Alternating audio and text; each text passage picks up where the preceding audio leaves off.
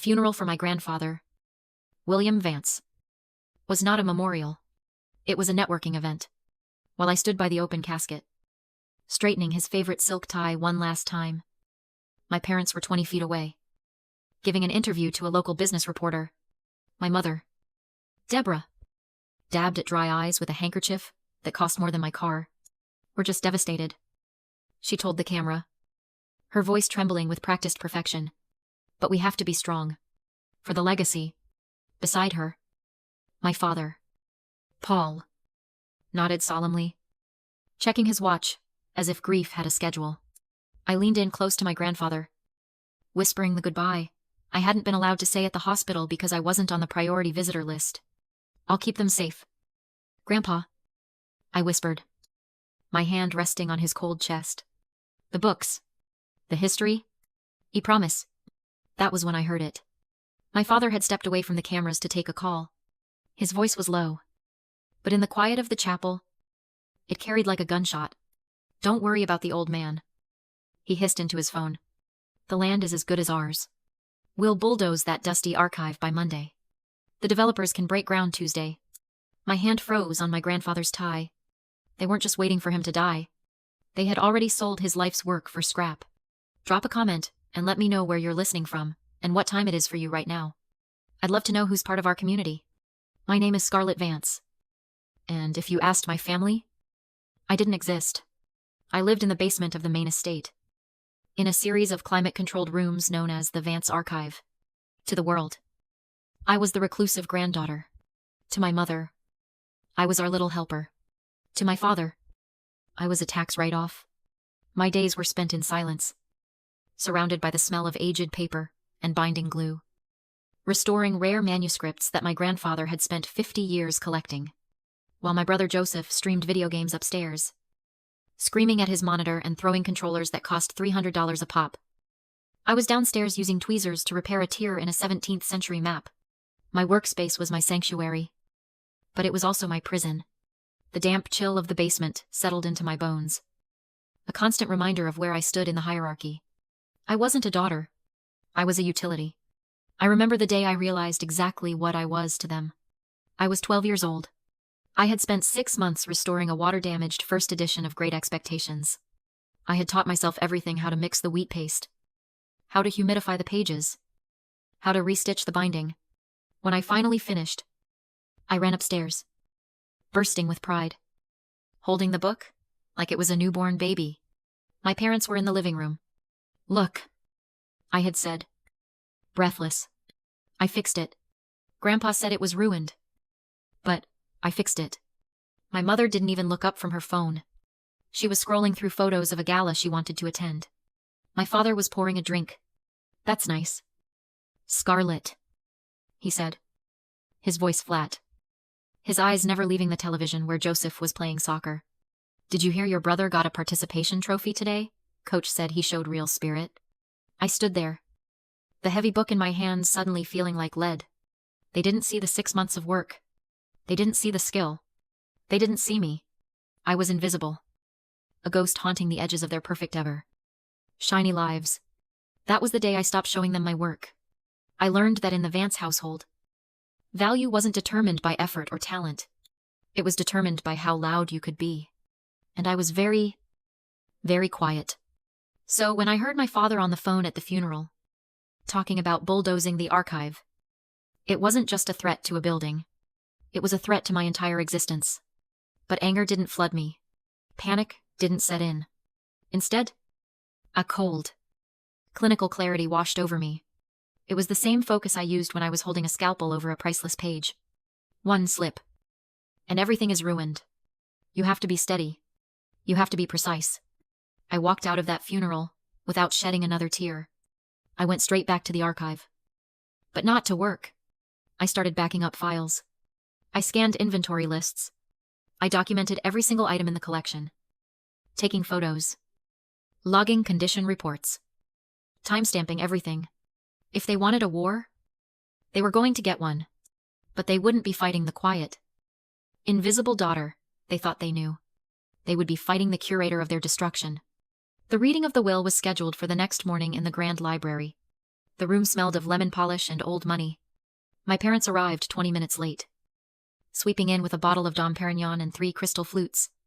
My mother was wearing black, but it was a cocktail dress, not morning attire. My father looked like he had already won the lottery. Joseph trailed behind them, wearing sunglasses indoors, scrolling on his phone. "Let's get this over with," my father said, dropping into a leather armchair and popping the cork on the champagne. "I have a meeting with the developers at 2. He poured 3 glasses, sliding one to my mother and one to Joseph. He didn't even look at me. I was sitting in the corner, in a straight-backed wooden chair, my hands folded in my lap. I watched them drink. I watched them toast to a future bought with money they hadn't earned. It was fascinating. Really. In a morbid way.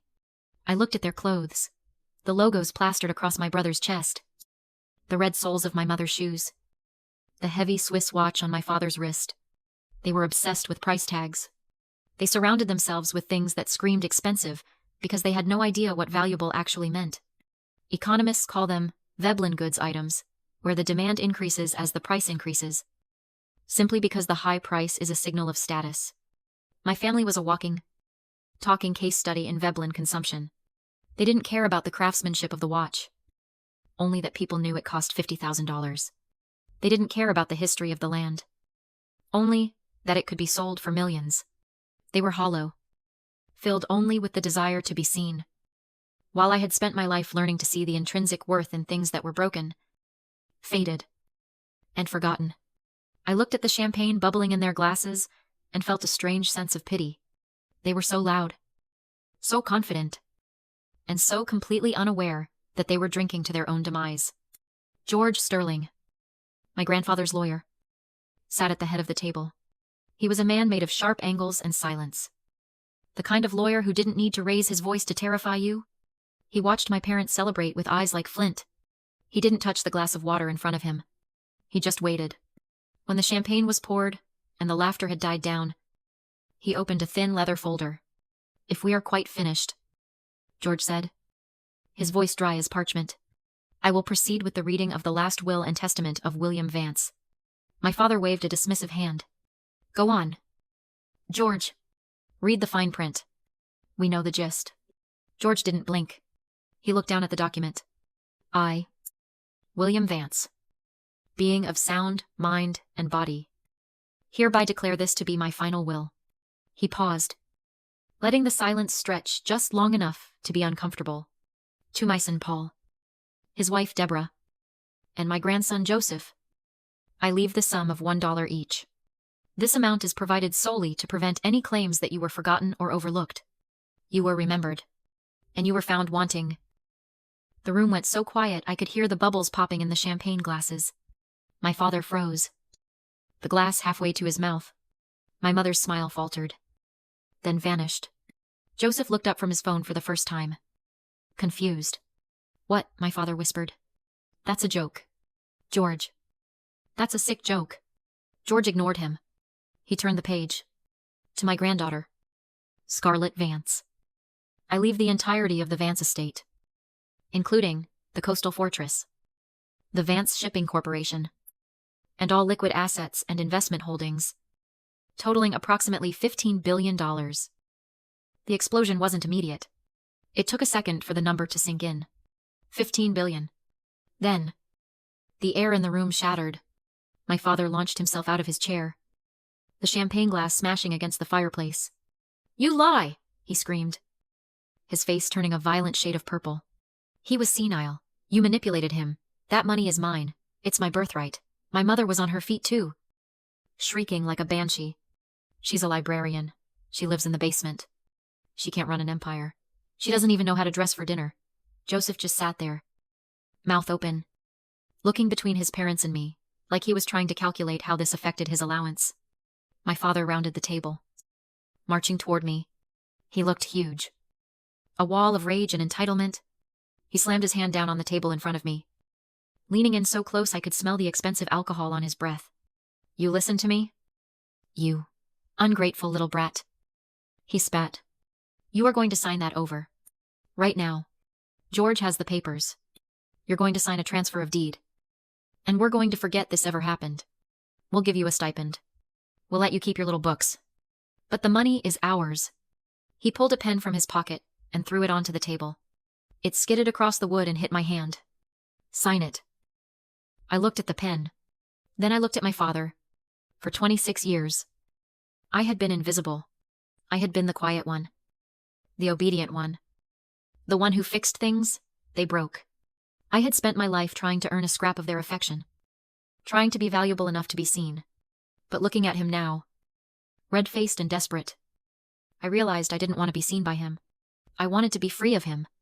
I stood up. I wasn't tall. But in that moment, I felt like I filled the room. I picked up the pen. My father smirked. Triumph flashing in his eyes. He thought he had won.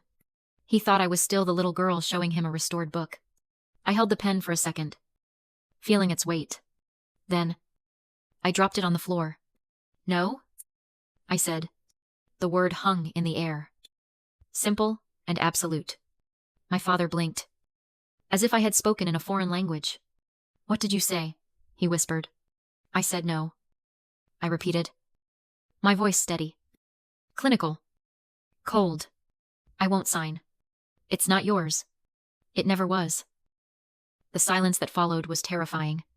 Then, my father's face twisted into something ugly. "Get out," he snarled. "If you think you're the heir, then act like it. Get out of my house. Get out of my sight. You are dead to us. Do you hear me, dead?" My mother was nodding, her eyes cold and hard. "Leave," she hissed. "And don't come crawling back when you fail. Because you will fail.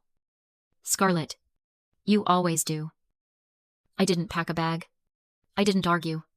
I walked out of the library. Past the shattered champagne glass. Past the family that had never been a family. I walked out the front door and into the pouring rain. I got into my 10-year-old sedan. The engine sputtering as I turned the key. I didn't look back at the mansion. I turned the car toward the coast.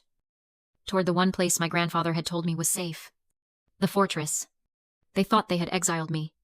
They didn't realize they had just set me free. The drive to the coastal fortress took 3 hours. The rain lashed against the windshield.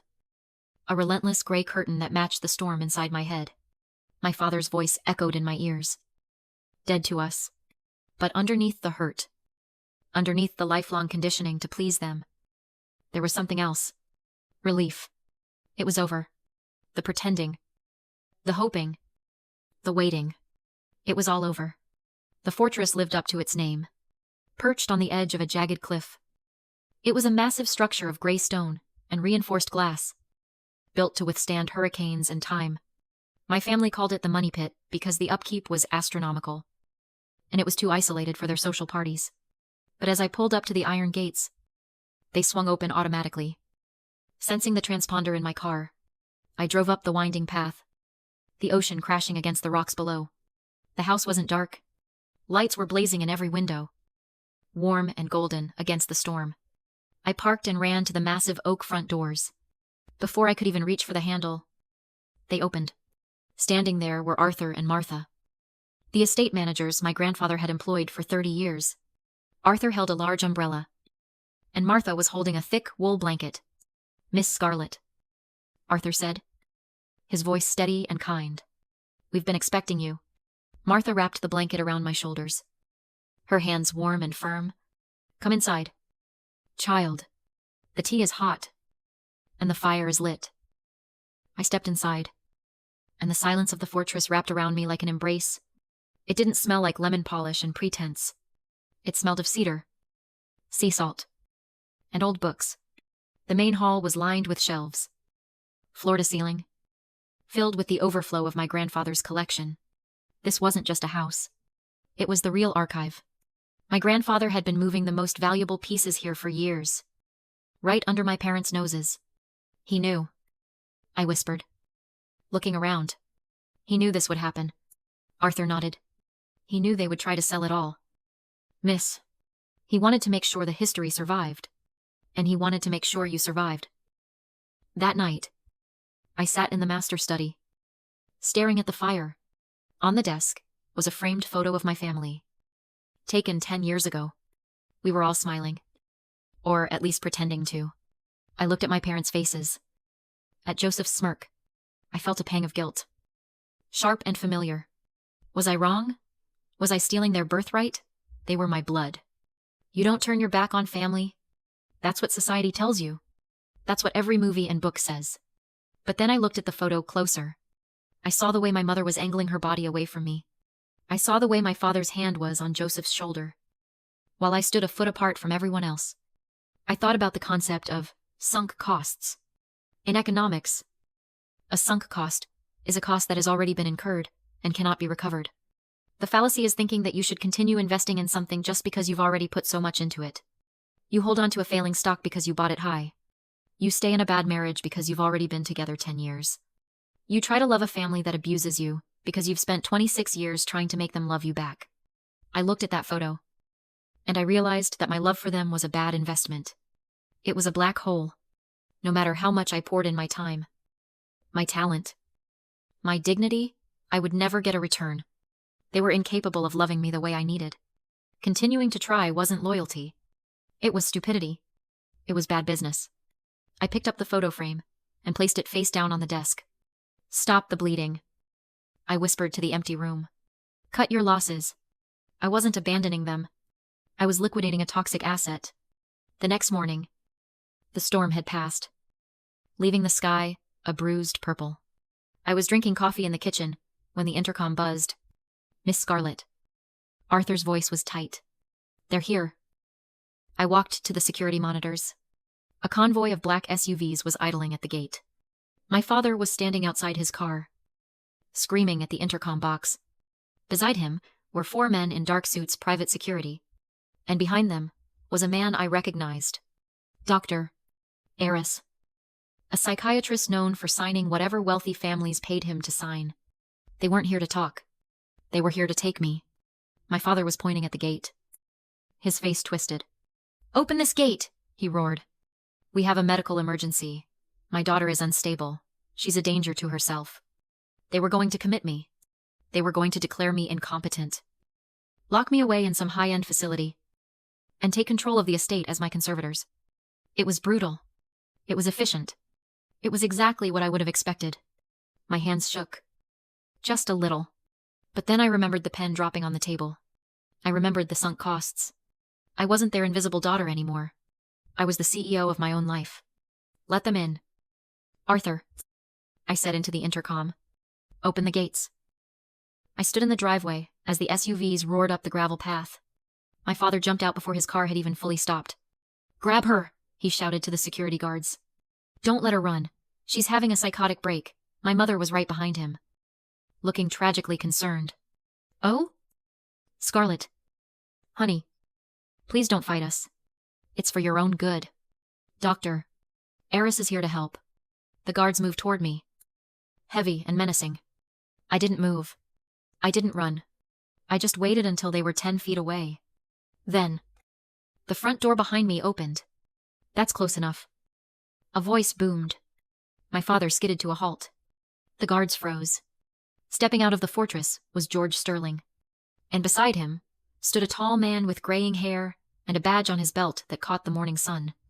It was Thomas Wright, the state attorney general, and my grandfather's oldest friend. Thomas, my father stammered, the color draining from his face. What? What are you doing here? This is a private family matter. My daughter is unwell. The attorney general walked down the steps, his eyes cold and hard. Your daughter looks perfectly fine to me.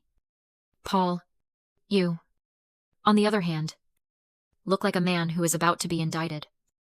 Indicted, my mother gasped, clutching her pearls. For what? Trying to help our sick child. For wire fraud, Thomas said, his voice cutting through the morning air like a knife. For embezzlement. And for grand larceny? He pulled a folded document from his jacket pocket. We know about the deal with the developers.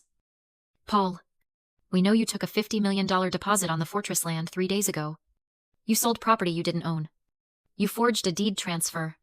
The wire transfer hit your offshore account yesterday. That is a federal crime. My father made a noise like a strangled cat. That was a misunderstanding. I was acting as the executor, You aren't the executor, George Sterling interrupted, stepping forward with his tablet. And because you have attempted to contest the will, and because you have attempted to harass the heir, I am invoking the poison pill clause, William added to the trust. He tapped the screen of his tablet. Your personal trust funds the ones you use to pay for the cars, the clothes. The champagne were conditional on your good behavior. By attacking Scarlett, you have violated those conditions. He turned the screen around so they could see. A progress bar was filling up. Transferring assets to the Vance Historical Preservation Society. Transfer complete. No, my mother screamed, lunging for the tablet. You can't. That's our money. How are we supposed to live? I suggest you get jobs, I said. My voice was quiet, but it carried. I hear the library is hiring. They need someone to clean the bathrooms. The police cars arrived a minute later. Sirens wailing. I watched as my father was handcuffed. His expensive suit rumpled. His face, a mask of shock. My mother was sobbing. Not for me, but for her bank account. Joseph was trying to hide behind a car. But the officers found him too. Turns out gambling online with stolen funds is also a crime. As they were shoved into the back of the cruisers, my father looked at me through the window. His eyes were pleading now. Scarlett, he mouthed. Family. We're family. I looked at him. I felt the wind off the ocean. Cold and clean. I know, I whispered. That's why it had to be this way. 6 months later, the fortress is quiet today. But not empty. The main hall has been transformed. The dark, heavy curtains are gone, replaced by UV-filtered glass that lets in the light but protects the books. Visitors move through the aisles in hushed reverence.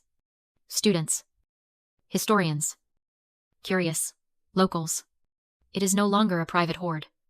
It is the Vance Museum of History. I stand near the entrance, watching a little girl, maybe 7 years old, staring at a display case. Inside is the copy of Great Expectations I restored when I was 12. She presses her nose against the glass, her eyes wide. It's so old, she whispers to her mother. But it looks new. That's because someone saved it, I say, stepping forward. The girl looks up at me, shy. Someone took the time to fix the broken parts. Did you save it? She asks. I smile. I did. And now, I teach other people how to save things too. I walk over to the window and look out at the ocean. My phone buzzes in my pocket. It's an email from George. The legal proceedings are over. My parents are serving 5 years for fraud. The debts have been settled by selling their mansion, their cars, and their watches. I don't feel happy about it, but I don't feel sad either. I feel light. True legacy isn't what you spend. It isn't the champagne you drink, or the cars you drive. It's what you save. It's what you protect. And sometimes, the most important thing you have to save is yourself. If you've ever had to save yourself from the people who were supposed to protect you, share this story. You are the architect of your own worth. And you are never, ever invisible.